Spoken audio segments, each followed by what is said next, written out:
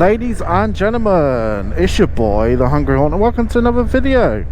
And look at that, lovely. The price of petrol has already gone up. I knew it had gone up, I just wanted to catch this moment because I'm having a little rant. So we're going to pay for our petrol first and foremost. We'll pay for this petrol and then we're going to rant about the current situation in the United Kingdom. Alright, let's get this out. So we've got some E10, cheapest petrol there is. It's gone up by 5p since yesterday. It's interesting, isn't it? You wonder, why has it gone up 5p? Oh, I wonder why. Putting 3 litres 3.8 litres. That's how we roll here. Right, let's go and pay for this. Number 13, I believe. That experience sums up modern day Britain, doesn't it? All in one go. That one little scene. Go to the petrol station in the morning and the price has gone up. Go to the petrol station in the evening, price has gone up. The price is going to go up. That is pretty much a guarantee in this current climate. Now, I know this is a sensitive subject, I know there's a lot going on at the minute in regards to the conflict that's happening in the Middle East at the minute. Let's not downplay that, alright? And obviously there is situations going on at the minute there where like oil tanker freighters are being destroyed and whatnot and whatnot and whatnot. Right, now, a lot of this is anecdotal, so don't hold me to any of this, okay? This is not fact. I am no expert in wholesale oil prices. I'm no expert in wholesale business or anything like that. Now, hear me out though. So my understanding is, could be wrong, please correct me if I am, alright? My understanding is, you know, natural gases, petroleum, all that stuff, you know, is bought in quarterly bulk purchases. So you end up buying, as a company like Shell will end up buying natural gas, you know, and whatever, crude oil to make petroleum, make diesel, all that sort of stuff. Right, obviously it has to be refined, has to go to a refinery, has to be made, etc. So there's like a backlog, isn't there? There's like a stockpile, if you like, right?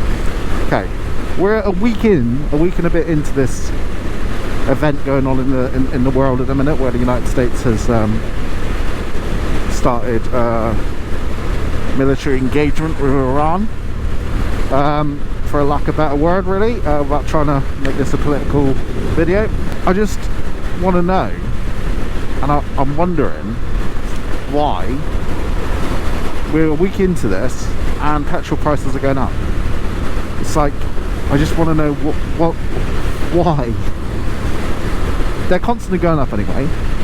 It's like any excuse these days, isn't it? Any excuse to rise the price of petrol, rise the price of this, rise the price of that.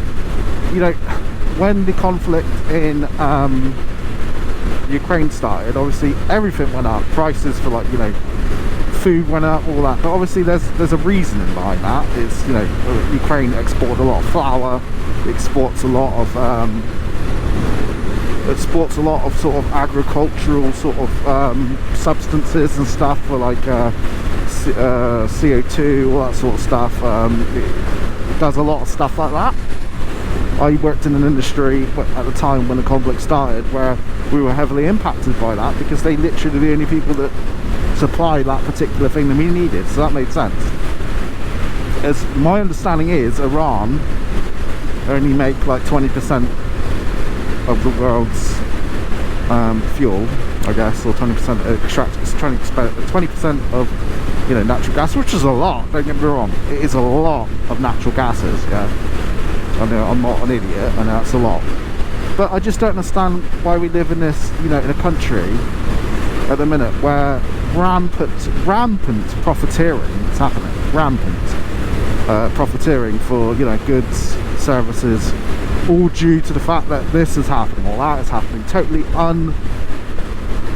unrelated issues happening, and it's affecting our everyday lives. I just think, you know, as a consumer, as a member of the United Kingdom, as a voting member of the United Kingdom, as a homeowner, you know, as a taxpayer, someone that has a full-time job, pays tax, you know, irate as someone who pays tax on my property, pays extra for bin collections, owns three vehicles, household owns three vehicles, fill it up, pay petrol, pay duty tax, pay road tax, pay all that sort of stuff.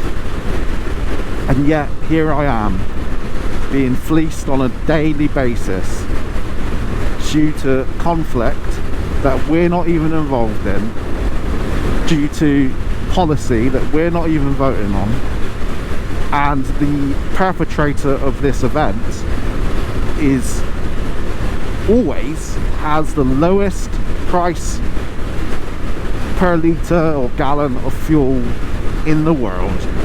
The United States of America always has the best price for fuel. Their consumers don't pay what we pay. Seems a little bit unfair. So it's like a decision's made to fleece certain countries, and due to obviously our past political standings, we're exposed to that sort of stuff. So it's just very depressing, I think. Very depressing. And obviously it's a bit of an incoherent, unprofessional, you know, video where I'm not really, you know, I'm not a professional you know, politician or commentator or anything like that, you know. I'm just a bloke on a bike, riding a bike. It's just something I felt like I needed to speak about, really, because it just upsets me greatly. It's just every day it's just the same old, you know, inflation, prices go up, food goes up, petrol goes up, heating goes up. It's just non-stop every day, non-stop bad news every day in regards to the fiscal outlook of our country. And it's just like, how can this be allowed? How can the government allow, you know, a corporation like Shell, you know, or anyone like that to just decide due to the fact that this is going on? And they obviously, I'm not an idiot, I know why they're doing it. It's not just blatant profiteering, it is also, oh, but there'll be a shortage in the future. I mean, there's hardly any petrol anywhere anyway these days. No matter if there is a conflict going on, there's no petrol anywhere. Is there petrol here? No, there's no petrol there. Sorry, we've only got unleaded. So no we've only got premium. Oh, sorry, we've only got diesel. It's like everywhere you go, it's the same stuff every day. Same situation. Shell have got petrol, they've got fuel, they've got reserves, they are continuously manufacturing petrol and stuff like that, and they make obscene profits anyway.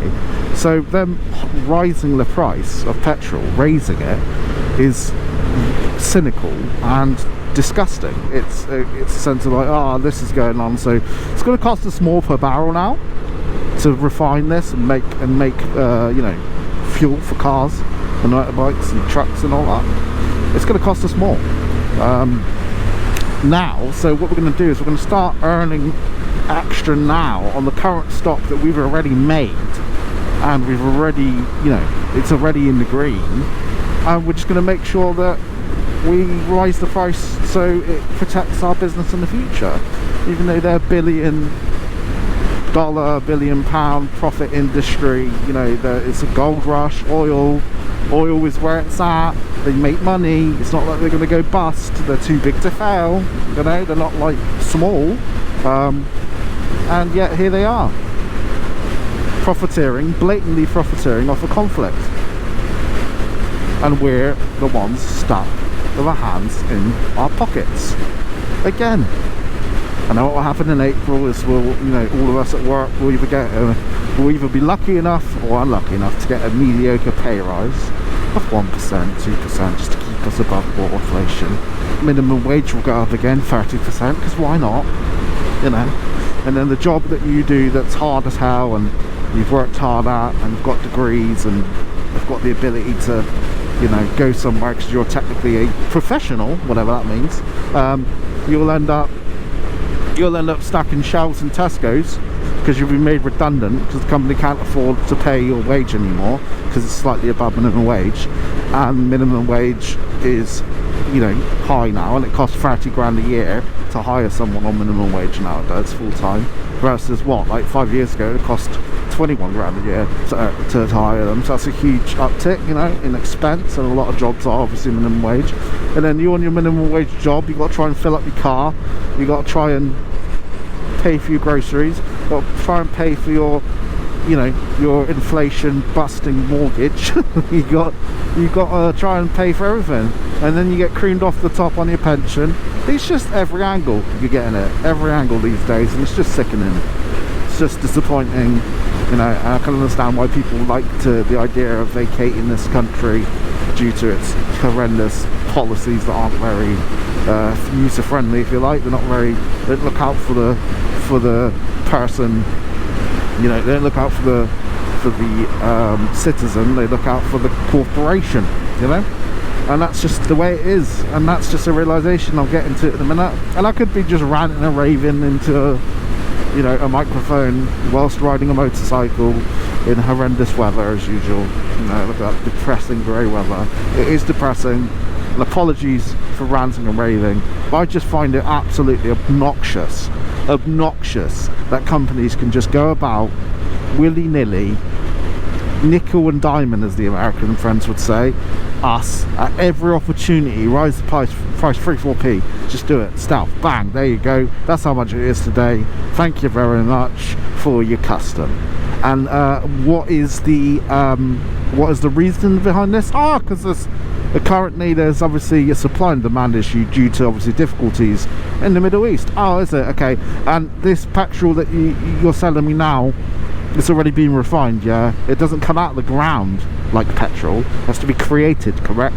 So you've made this already. There's a cost per unit of, cost per manufacturing unit that you've made, cost per litre that you've already been accounted for, paid for, but now you're going to rise the price retroactively in reaction to something that's happening that won't legitimately, really, realistically affect me as a consumer until 3 months time. Yeah, is that what you're saying? Because that's how long it takes for you to, refine it and then go through all the stockpile and all that. So I just think it's disgusting, and I think it's shambolic and shameful, and it's just part and parcel of the country we live in now. I come across a bit of a hater, and I'm not a hater. I love this country. I love living here. Lived here my whole life. This is the country that I grew up in, but it's definitely not the country I recognise anymore. And on that bombshell, I'm just going to leave it at that, because I just don't want to risk, crossing any lines or boundaries that, could be seen as negative. This isn't the channel of negativity, but I just think, it's just not on. It just doesn't, it's not productive to us. It doesn't help us. It hinders us, and this country is just hindering us at every single angle. Look at this road here. Average speed cameras for no fucking work. What's going on? Nothing. As usual, nothing. That is my rant for today. That is my rant for today. And I don't usually do rant videos. I tend to just, I'm just happy to toddle along on my bike. Hopefully I'll have some more positive videos for you soon. Let me know what you guys think of all this situation. How you guys handling the squeeze, the fiscal squeeze, as they call it, the fiscal squeeze on your wallet. How are you handling it? I hope you guys are all doing okay and managing. It's just not great, is that year on year it becomes worse and worse fiscally and financially. I might have to play the Euro Millions again tonight, because at least if I win 169 million quid, I might be able to afford a pint of diesel. Yeah. So I could drink it, and I could be like, oh, this drink costs £1 million a litre. So yeah, let me know what you guys think in the comment section below. Until next time, I have been the Hungry Hornet. You've been incredible. Peace.